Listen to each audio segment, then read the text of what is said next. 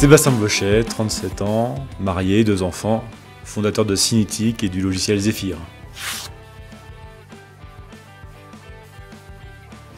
Simplement Francis H.M. qui m'a permis de venir ici, qui m'a invité. Et après peut-être tout simplement mes parents, pour m'avoir mis au monde au bon endroit, au bon moment.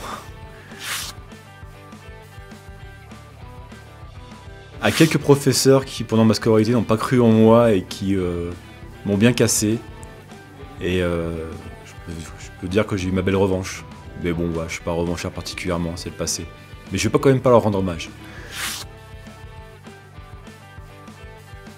Ça change d'air, moi je suis parisien. Il n'y a pas de montagne, pas du tout, c'est plat pays, ou une petite fosse.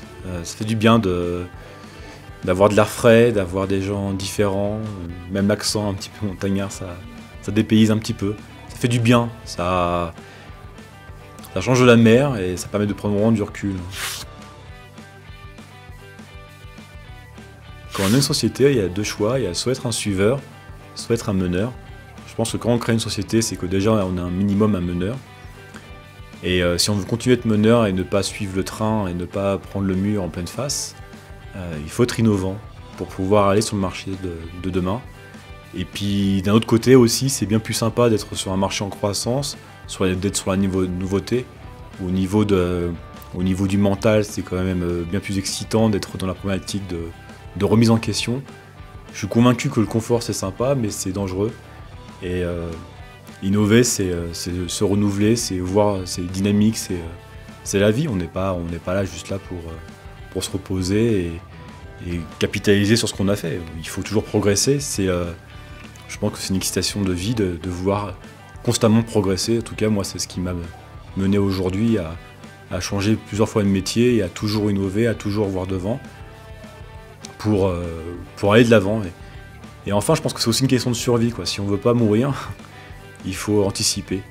Donc, faut pas croire, hein, le confort, rien n'est éternel, rien n'est acquis. Donc il faut aller de l'avant et innover. On dit souvent que les cycles de vie sont en parabole, ça monte et après ça descend. Et bien pour pas descendre, il faut toujours monter.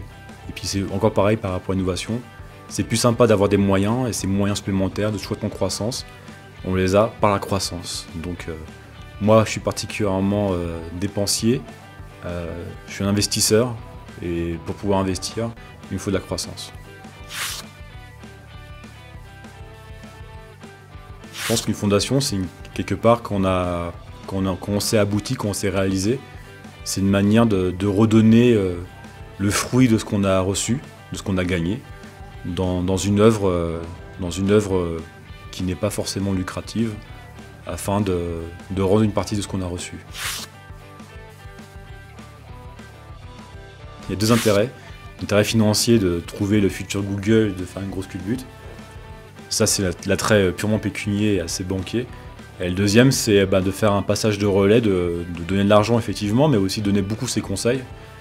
Moi, si un jour je devais être business angel, je verrais ça un peu comme un père de famille qui va donner ses conseils et son argent à des jeunes qui débutent afin de les aider. Je pense que pour en avoir vu quelques-uns, il y a énormément de projections sur le fait de retrouver sa jeunesse et ses joies d'entreprendre qu'on perd un petit peu avec le fil du temps, j'imagine. Moi, je suis encore à fond dedans, donc je ne suis pas encore un business angel. La terre est souffrante, donc je pense que le green était une nécessité. Je pense qu'il faut faire attention. Moi, personnellement, j'ai un composteur, je trie mes déchets. Je pense qu'il n'y a pas assez de plantations. Je pense que tous les murs, toutes les routes devraient être bordées d'herbes et de végétation. Je pense que tous les toits de Paris devraient être, quand il n'y a pas du zinc, devraient être verts. Il y a énormément de choses à faire et je pense que c'est un plaisir et ça va devenir inévitable si on ne veut pas mourir sur cette terre. Moi, ma société est sociale, elle s'appelle Cinétique et dans le mot éthique, il y avait vraiment une volonté d'être vertueux avec les clients en disant ce qu'on allait faire et en faisant ce qu'on avait dit, d'être vertueux avec nos fournisseurs afin de ne pas être étranglés et d'être vertueux avec les salariés, afin qu'ils soient motivés et de créer un cabinet d'expertise qui soit un endroit cool où on aurait envie de travailler. Ça limite, je pense, fatalement la croissance, mais c'est pas grave. Aujourd'hui, dans ma société, on est 30 à être heureux, et les gens me font confiance. Et ça, c'est bon, et je pense qu'elle peut être aussi rentable. Dans ma boîte, on a très très peu de turnover. En 7 ans, j'ai eu que 6 démissions. C'est un signe, je pense, positif, comme quoi la donnée sociale est un facteur vraiment important chez Cinétique. Parce que c'est ma raison d'être. J'ai toujours été comme ça, j'ai toujours vu de l'avant. Parce que je suis un stressé, parce que je sais très bien que l'avenir n'est pas acquis, et que j'ai toujours l'impression que je vais tout perdre.